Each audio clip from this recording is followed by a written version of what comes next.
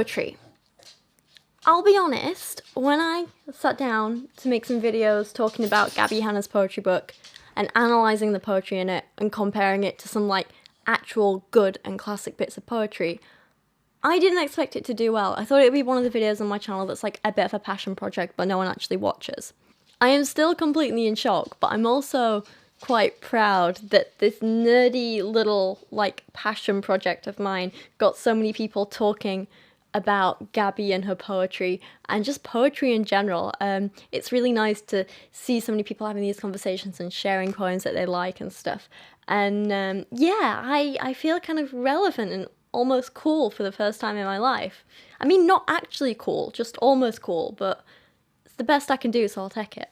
As you guys know, I've already done 2 videos on Gabbie Hanna's poetry book, Adultolescence, which is horrible to say and a horrible name. But I went for coffee and burgers and a cheeky cocktail, for me, not her, yesterday with the wonderful YouTuber who you probably know as Alizee. She is a wonderful, funny, amazing person. Just, I had a really good time with her. We were together for like 7 hours and I was, oh crap, I actually have to go home and, you know, feed Kyra and take her to the toilet and stuff. And I was like, oh god. But we had a really, really lovely day. She is just the sweetest, funniest person with so many amazing stories. And I love spending time with her. And Gabbie Hanna came up and she was like, I've been thinking about doing a video on it myself. I'm like, do it, I'll send you my copy of the book. And she was like, well, you know, if you want to do your 3rd video, now's probably the time. So we both kind of like inspired each other a little bit. And I sat down last night and I was like, okay, these are the poems I want to talk about for now. Again, I still have more I want to talk about. So I have so much potential content. Sorry, that's my phone. I have so much potential content. I'm not quite sure how much to make. But I sat down, I looked at these last night and I was like, yeah, I want to do this. I was like reading through my notes again. I was like really enjoying it. And I just kind of like had a lot of fun with it. So that's what we're doing today. We're having fun with poetry. As for Alizee, please go check out her channel. Give her some love and support. I will leave a link to her channel down in the description below. Go tell her that I sent you and watch her Gabbie Hanna poem video, words, yes. Let's just jump into these poems. I'm rambling again. Okay, first up we are starting with a poem which I feel personally attacked by, called Concealer. You may not realise it looking at me, but I quite like my makeup. So this poem hit me hard. Concealer. I wear makeup because I have acne. I have acne because I wear makeup.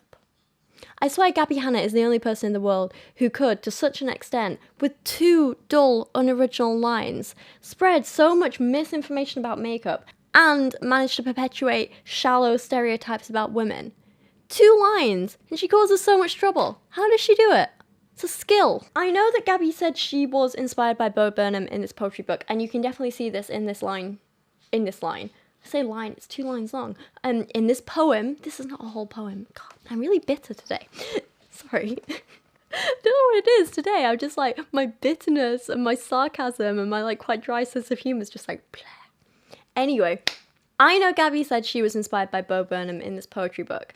And I love Bo Burnham. And you can definitely see that in this poem. You know, all I hear when I read this are Bo Burnham's lines, I don't go to the gym because I'm self-conscious about my body, I'm self-conscious about my body because I don't go to the gym. Irony can be so painful, that's a catch-22. A wonderful set of lines from his song Can't Handle This, which is probably one of my favourite Bo Burnham songs, tracks, just pieces of work of all time. It's clever, funny, real, raw, relatable, completely heartbreaking, very catchy, it sticks in your head, and it's one that I really relate to, so it's very, very special to me. Which is why, once again, it kind of hurts me that Gabbie took something so special to me and butchered it. That whole song for Bo, Can't Handle This, is about how he's taken on far more than he can handle, you know? He's got all these projects, all these pressures, all the expectations from the people around him, his fans, his listeners and viewers, the people he's working for and who are working for him, and he kind of wishes someone had warned him, someone older, someone wiser, someone had been there before, warned him that maybe he shouldn't be taking on quite this much, because he can't handle this. It might sound silly, he goes on about a burrito in the rest of the track and how, you know, it was too filled and someone should have warned him and so on. The burrito in this track is a metaphor for his life and his career and his work, you know? He says, I was like, dude, you should have warned me. You're a burrito expert. You should have told me halfway through. Hey man, you might be reaching maximum burrito capacity here. And then later, he's saying how all the stuff should fit within the confines of a tortilla. I wouldn't have got half the shit if I knew it wasn't going to fit in the burrito. Alright, look, I wouldn't have got the lettuce if I knew it wouldn't fit. I wouldn't have got the cheese if I knew it wouldn't fit. And he goes on and on. And then he goes on to feeling like he can't handle it because, he can make these jokes about how his biggest problems are Pringle cans and burritos. And he says, but my biggest problem's you. Directly talking to the audience. I think, I don't have the lines written down, but he's like, I want to please you, but I want to stay true to myself. And that is something, as a creator, I wrestle with every single day, and it's very tough. And it hits me every time I listen to it. But I want to go back to the lines about the gym for a second, because on their own, they're very simple, and it's like, oh yeah, okay, that's kind of a clever, funny thing to say, blah, blah, blah. But it's the context that they're put in that makes them so meaningful. The fact that those lines are in there with the rest of this song, that's what makes them meaningful and clever and special. If it was just them two lines on their own, it probably wouldn't mean a lot, like Gabbie's doing. But because they're in the context of the rest of the song, they all work together and elevate it, and you get a lot of feelings, Those two lines about I don't go to the gym because I'm self-conscious about my body, I'm self-conscious about my body because I don't go to the gym. It's saying, look, I know I need to change, but I'm too insecure. And then I get more insecure because I'm not changing. Coupled with the line about it being a catch-22, a situation you can't get out of, and then the rest of the song, it builds up to this overall heartbreaking picture of a man who knows he's not happy with where he is at his life. He's got so much going on and he wants to change, but he doesn't know how. He feels trapped, he feels stuck, he's in this seemingly endless downward spiral and he can't get out, he can't handle this. The lines about being self-conscious about the gym are basic on their own, but in the overall context, it's also complex and meaningful and emotive, and that's something that Gabbie just misses and ignores and doesn't have, and it kind of annoys me a bit. Gabbie's poem is literally just saying, okay, you wear makeup because you have acne. Cool, so you're teaching your young, impressionable audience, which I know she has, that a perfectly normal thing like acne that affects most people at some point in their life is something to be ashamed of and covered up. That's not a great message if you ask me. Don't be ashamed of having acne. Everyone gets it. Everyone gets spots. Yeah, some people's acne is worse than others, but it's never anything to be ashamed of. You don't need to cover it up. You can cover it up if you want to, but it's not something you need to do. And then she ends it, of course, like I say, with, I have acne because I wear makeup. And I'm sorry, but no, you don't. Acne can arise by lots of issues. I'm not an acne expert, don't ask me, but often it's to do with things like, kind of the condition of your skin, especially things to do with hormones and stress, your diet, what you're eating, what you're drinking, and all that kind of thing can affect if you have acne or not. I honestly think it's a big misconception that makeup causes acne. In itself, it doesn't. The only way makeup is going to have that much of an effect on your skin is if A, you're using really cheap, nasty, poor quality makeup. And I don't mean affordable but decent quality makeup. So if you want something affordable but decent quality, you've got brands like Berchem, Revolution, Obsession, NYX. I picked them because they're also cruelty-free. Most of them are vegan. Berchem's definitely vegan. And they're fantastic and they don't damage your skin. I never get any more damage from wearing makeup than I do not wearing it. Does that make sense? Yeah. I'm talking like the really cheap, nasty brands, like the crap you get at Poundland, the God knows what's in it. God knows where it's packaged. It's all a bit dodgy and cheap and nasty. Yeah, poor quality makeup like that will affect your skin badly. But decent quality makeup that doesn't have to cost the earth shouldn't, and most likely won't. The other way it's going to affect you is if it's out of date or hasn't been stored properly. For example, if it's been allowed to grow some kind of mold or bacteria, hasn't been looked after properly, hasn't been cleaned properly, or like I say, it's out of date. Makeup does have a shelf life, and it's very important that you look at them and stick to them, because otherwise you can get all kinds of infections, it can mess with your skin. Yeah. Alternatively, if you have some kind of allergic reaction, or, and this is kind of the big thing I think that a lot of people don't realize, people blame their makeup for damaging their skin when it's not the makeup. It's the fact that they're not removing their makeup properly, or they're not washing and cleansing their face after using makeup properly, or they're not moisturizing after using makeup, and all this kind of stuff. Taking care of your skin is really, really important. Wearing a bit of makeup for a few hours a day isn't going to damage your skin, but if you don't take it off properly, if you don't cleanse properly afterwards, that is going to damage it. The makeup itself, wearing it within normal kind of working hours or going out or whatever, like wearing it a normal length of time isn't going to be the problem. It's the people who do stuff like falling asleep in their makeup and whatever. That is gonna damage your skin. Makeup isn't designed to be worn for that long, you know? 24 hours in your makeup is gonna clog your pores and be gross and yeah. But seriously, as long as you're taking care of your skin, you're using decent quality makeup, and you're taking care of the makeup itself, it shouldn't damage your skin. Simple as that.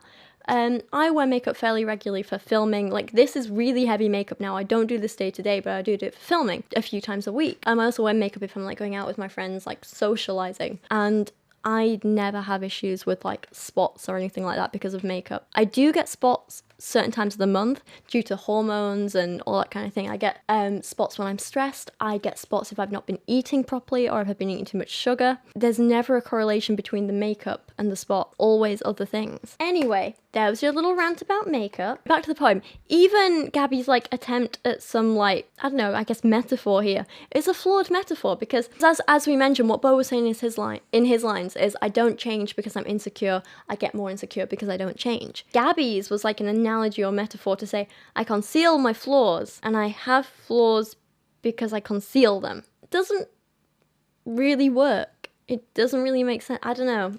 Okay, enough makeup talk. Let's look at another poem by Gabbie. This one is called Quotes. I'm not gonna lie. Someone who's about to lie. I hate drama. A very dramatic person. I don't care what people think. An insecure individual. I'm not like the other girls. A particularly predictable girl. I would like a snack. Me. I'd like to add my own one to this, which is, I am so nice, said by a person who is not very nice. I am so kind to people in my life. Seriously though, like, oh my god, here, the irony, the hypocrisy, the lack of self-awareness. Are you kidding me? If this was written by anyone else, I'd be like, okay, it's cliche, but whatever. The fact it's written by Gabbie? Ooh. If you guys know who Gabbie Hanna is, you will understand why this is unbelievable. I mean, yeah, okay, it's a poor and original poem with no real like flow, rhythm, barely any purpose other than a crappy joke which would fit better on r/I'm 14 and this is deep than anywhere else. But based on what we know of Gabbie as a person, this is just a whole other level of, oh my god, Gabbie, do you have any self-awareness? I don't know, I don't want to turn this into like a drama channel, so I don't want to go into specifics about Gabbie's behaviour, but just let's move on. Let's actually properly look at another one of her poems. Before we carry on with any more poems though, I would just like to do a little bit of shameless self-promotion of my merch store, the link to which is on screen right now. I do all my merch designs myself and I spend a hell of a lot of time on them and really enjoy them. A few of my older designs are being like retired or removed from the store or whatever at the end of January. I'll link below which ones are going to be leaving, so it's like your last chance to get them if you want to. Otherwise, I've got a few like cool new designs in. I'm going to be doing more new stuff over the next like few weeks and months as well. My latest octopus painting I've now got available as a print and a sticker and as a phone case and kind of cool stuff like that.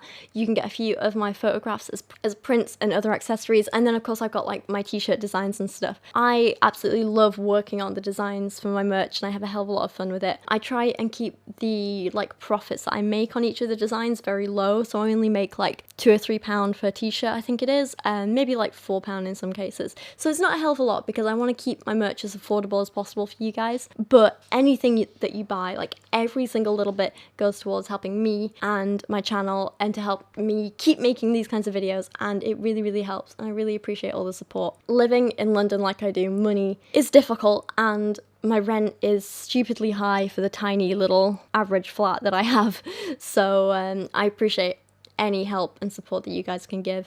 And yeah, I just wanted to do a little shout out like this because I don't have many like sponsorships or anything going on at the minute, and by many I mean any, so I figured shout myself out, why not? Okay, let's look at another poem by Gabbie. This poem is called Poetry. I want to write you into a poem but can't find the right synonym. Every time I try, it's just revision after revision. I can't construct a simile without the right comparison, so I'm sure you'd understand the predicament I'm working in. I wouldn't have an issue if my hunt was for an antonym.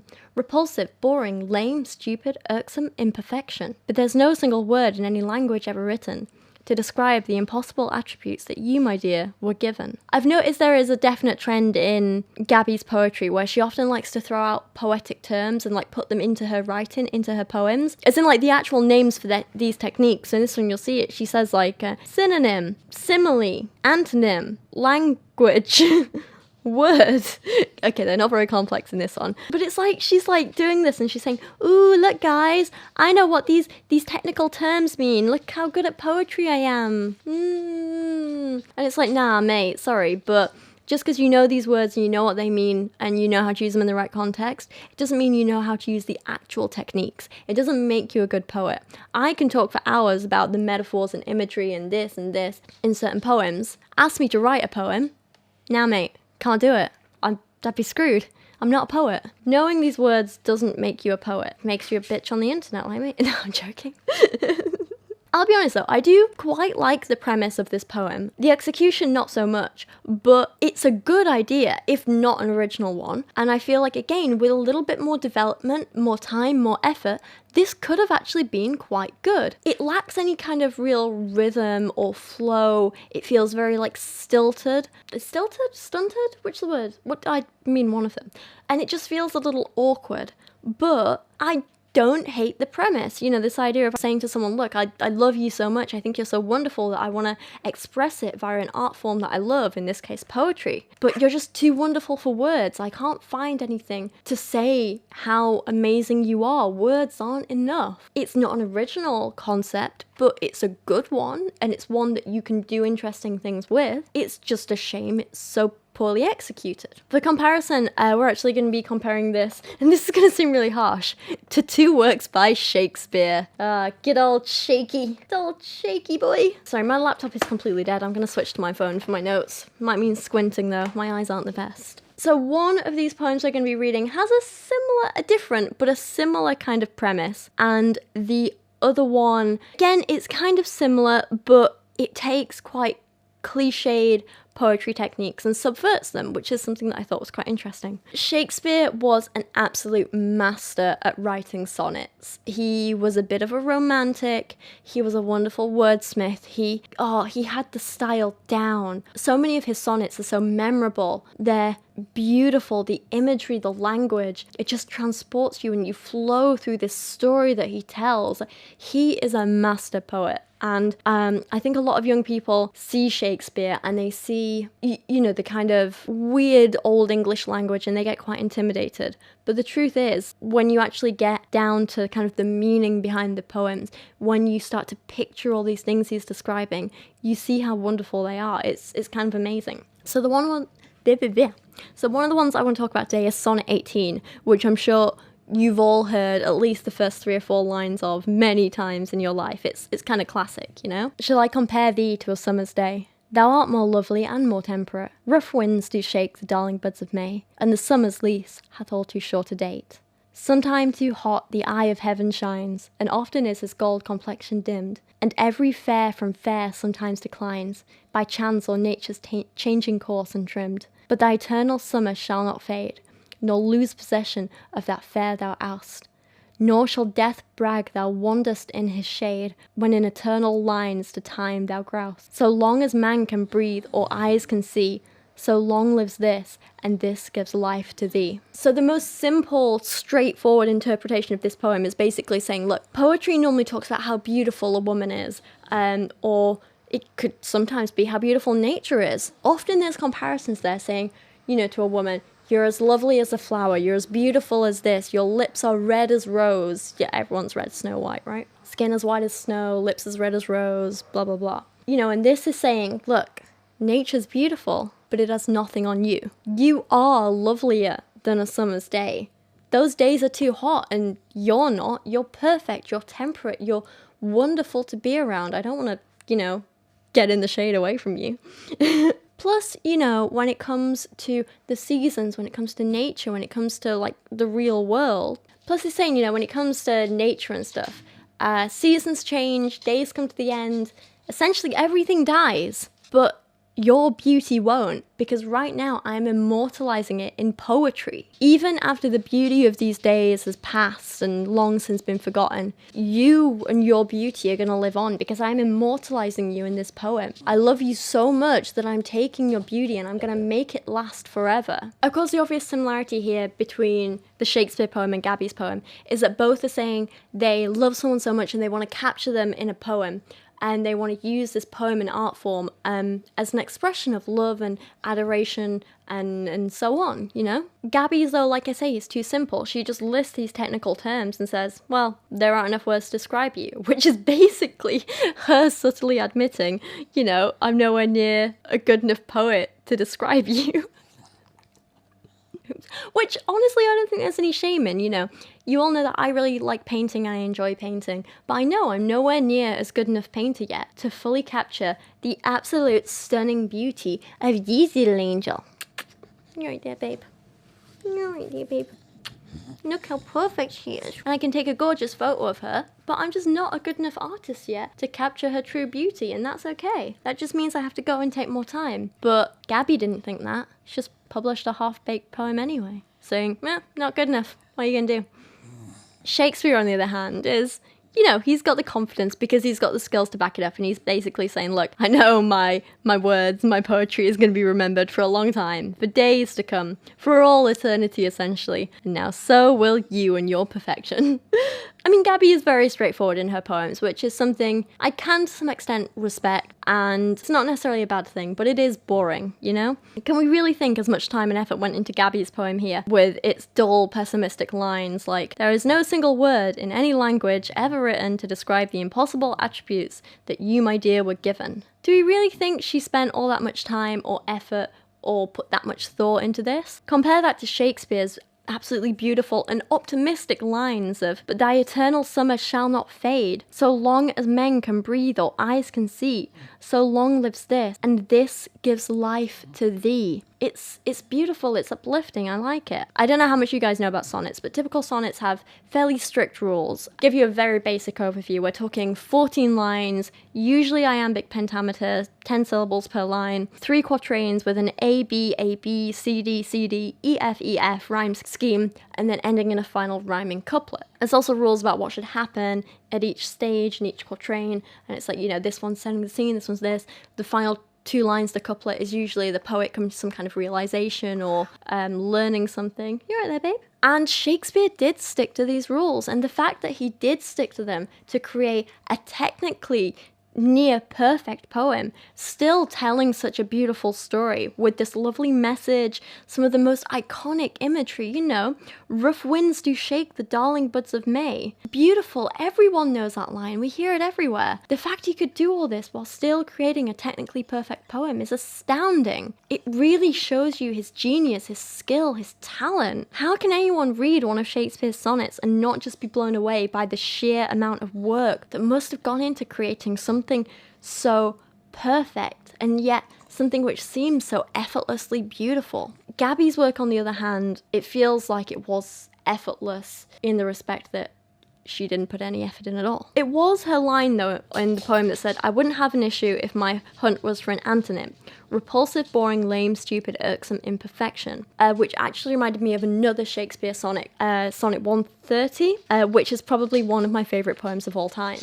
And this is the one that kind of subverts the expectations a bit. It subverts the genre and the tropes and what. Let me just read it to you before I get all like blah blah blah. My mistress's eyes are nothing like the sun. Coral is far more red than her lips red. If snow be white, why then her breasts are dun. If hairs be wires, black wires grow on her head. I have seen roses damasked red and white, but no such roses see I in her cheeks. And in some perfumes, is there more delight than in the breath from which my mistress reeks? I love to hear her speak, yet well I know that music hath a far more pleasing sound. I grant I never saw a goddess go, but my mistress when she walks, treads on the ground. And yet, by heaven, I think my love as rare as any she belied with false compare. It takes this cliche of like, oh, you're too perfect for words. Oh, you're too pretty to describe. Oh, let me compare you to this beautiful thing. It takes that cliche and just tips it completely on its head. It's like, I mean, no, you're not as perfect as these old metaphors might suggest a woman should be. I'm not going to pretend you are, you know. You don't actually walk like a goddess. You don't have lips redder than coral. Let's be real here. But I still love you. And there are some lines in this poem which might read as just an out-and-out insult, you know? And in some perfumes is there more delight than in the breath that from my mistress reeks. Yeah, it's pretty harsh. It's saying, God, no. she's got bad breath, which was typical of a lot of people at the time. Dental hygiene was not their priority. Yeah, okay, the imagery is pretty damn graphic and unpleasant, but it builds this picture of this imperfect but still real woman. And even though at times you're a bit like, oh, maybe a bit gross, and you don't really know what to think of it, all the uncertainty and doubt is just wiped away with those last two lines, which pack such an incredibly powerful punch. And I just hit the microphone, I'm sorry. To me, this is true love. This is real love. Recognizing the flaws in someone and still loving them anyway. Saying, I know you're not perfect, but that's what makes you perfect to me. That's what I appreciate about you. I don't care if sometimes you got bad breath. I still love you. I don't care if like so-and-so has nicer skin than you, or this flower has redder petals and your lips are red. Like, I don't care about that. You're still perfect to me. That's what real, true, actual love is about, you know. And he points out there's all these other people out there, all these other poets, all these other men that are telling women, you know, all the stuff that they think they want to hear, like flattering them, making these big false comparisons, or false compare, as Shakespeare says. But he's there and he's like, I don't need to do that, and I won't do that, because my feelings for you are real and they're strong enough without all these lies. Shakespeare didn't need to be obvious with this like Gabbie is. Her work, and I've said this before in other videos, is the epitome of telling and not showing. And that to me is a sign of an amateur writer, someone that just isn't good enough yet. Shakespeare is literally the antithesis of this. He doesn't just come right out and say, I don't need metaphors to describe you, love. He says, no, I'm going to make this metaphor and be like, but it's not you. He comes up with these wonderful descriptions, which, while unpleasant at times, are still so graphic and beautiful and real and just a wonder to read, you know? He demonstrates his skills rather than listing them. And I mean, to compare two lines, which has more of an effect on the reader on both an intellectual level and an emotional level, and just on a kind of sensual, I wouldn't say sensual as in like affecting the senses. But that level, that one, words. This is why I'm not a poet myself. Words are hard. But which has more of an effect on the reader, really? Gabbie's, I can't construct a simile without the right comparison. Or Shakespeare's, if snow be white, why then her breasts are done? If hairs be wires, black wires grow on her head. You do get this like picture in your head, and you imagine everything, and you feel what the poet's feeling, you know? You know, I've often wished in these 3 videos I've done on Gabbie Hanna's poetry that I could talk more about her actual poems themselves, like really unpack them a lot more and talk about, well, she chose to do this here and this and so on, and this might mean this and this might mean this. You know, like I did with Trisha Paytas's poems. They were weird, they were technically badly written, but there was so much to unpack in them. There was so much to talk about. There was so much to make you feel. Sorry, my phone's going crazy. There was so much to make you feel in them that I could have talked about them for so long. I spent like 40 minutes talking about 2 of her poems, for God's sake. There was that much in them. Gabbie's just doesn't have that, and it's a real shame.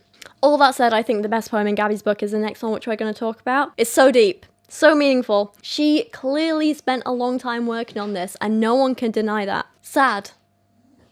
It's fine. You know she's charging people like £8 for this book, right? Minimum £8, more in some places, especially if you want the paperback and not the ebook. The cheek of her. Finally, to end this today, we are going to look at an edgy Tumblr... Sorry, no! Not an edgy Tumblr post. This is another poem by Gabbie. Sorry, my mistake. My bad. This one is called Irony. 98% of your body is made up of H2O. 98%.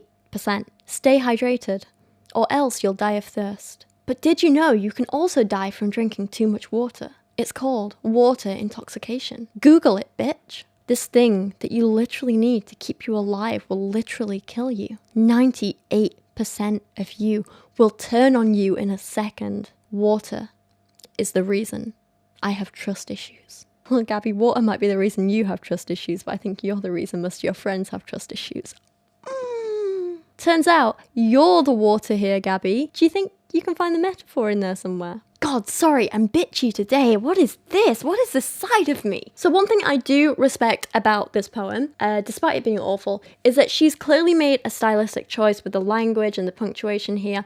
She's got a very specific tone in mind, and she's expressing it quite well, you know? 98%. Google it, bitch. It's very aggressive. It's very firm. It's very kind of in your face. Actually, although I say I think she has quite an aggressive tone, I do actually think she's been quite defensive here, like as a person in general, whatever. You know, she said, I'm going to get angry and shout in your face before you can do it to me, because as Gabbie says in this poem, she has trust issues. I get the point she's trying to make with this one, you know. Sometimes the things you need to keep you alive can be exactly what hurt you. It's an interesting concept, and I really would have loved to see her take this further, explore it further, talk about it further. I don't know, maybe talk about oxygen too, you know? We need it to breathe, but we can't breathe pure oxygen all the time. Or oxygen dissolved in the blood is great, but you get an air bubble in your blood and it can kill you if it goes to your heart, right? Same thing, it's like you need it, but it can hurt you. Or she might have gone on to talk about food. We know Gabbie's spoken about food before and her struggles with food and whatever. And people can struggle with food addiction.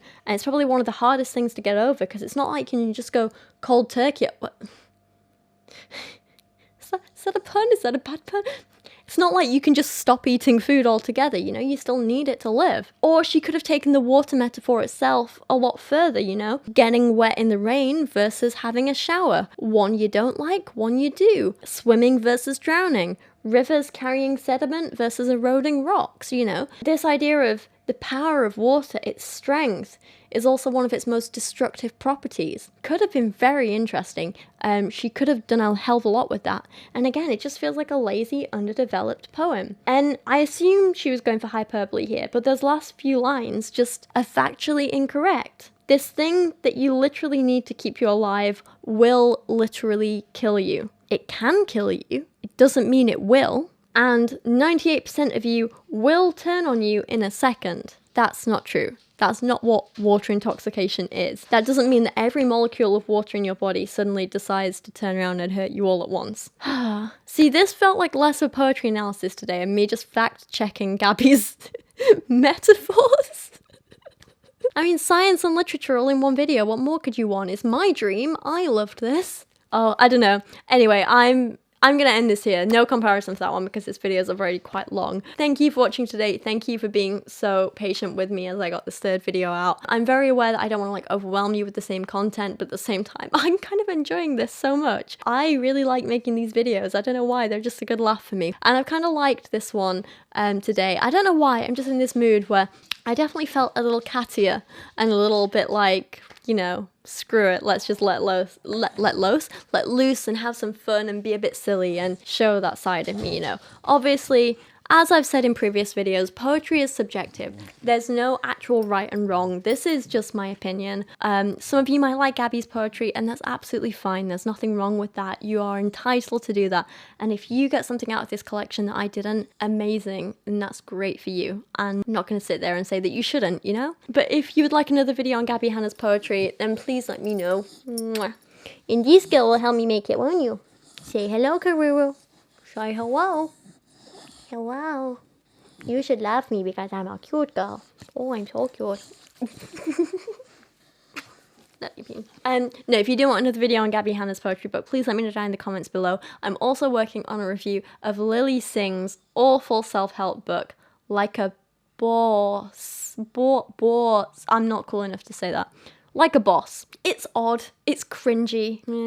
I'm working on that one too. And I'm also working on a really big video on anti-natalism versus the child-free movement, which is taking me a hell of a lot of research because I'm reading like 7 different books for it. I know, why do I do this to myself? But I'm actually kind of enjoying it. But I think it's going to be quite a big, chunky research-heavy one, so that might take me a while to come out with. So please just stay patient and stay with me, and thanks for joining me today. Let me know down in the comments which poem you thought was the worst one. Oh, also, huge shout out to one of you lovely lot, Kim Rashidi, I hope I'm pronouncing your name right, who sent me her collection of poetry called The Moment.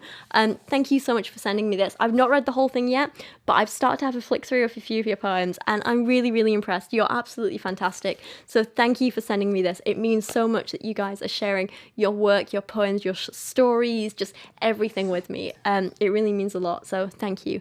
Anyway, I'm shutting up. Thank you for watching. I'll hopefully see you guys again soon, and yeah, say bye, Kyrouac. Say bye-bye, bye-bye, bye-bye. Send snacks, and ball, and snacks. Oh, snacks, oh, snacks. Oh, Kyrouac wants your snacks. Do you want the snacks? you want your snacks? You just want a belly rub. Guess who loves you? It's me. I love you.